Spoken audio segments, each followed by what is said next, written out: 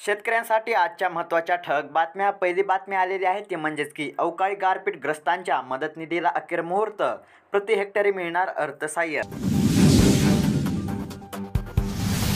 त्यानंतरची बातमी आलेली आहे ती म्हणजेच की केळी दरामध्ये पंधरवड्यात टनाला 2,000ची वाढ. गेल्या 15 दिवसात केळीच्या दरात टनामागे सुमारे 2,000 रुपयांची वाढ झाली.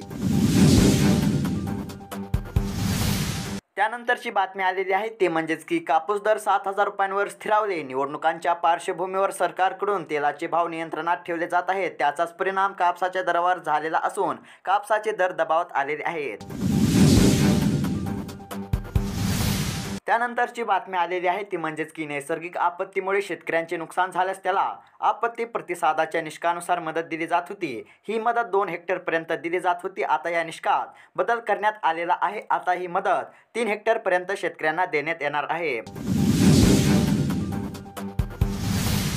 त्यानंतरची बातमी आलेली आहे ती म्हणजेच की जिरायत पिकासाठी प्रति हेक्टर 13,600 रुपये, बागायती जमिनीसाठी 27,000 रुपये आणि बहुवार्षिक पिकांसाठी प्रति हेक्टर 36,000 रुपये इतकी मदत आता शेतकऱ्यांना देण्यात येणार आहे.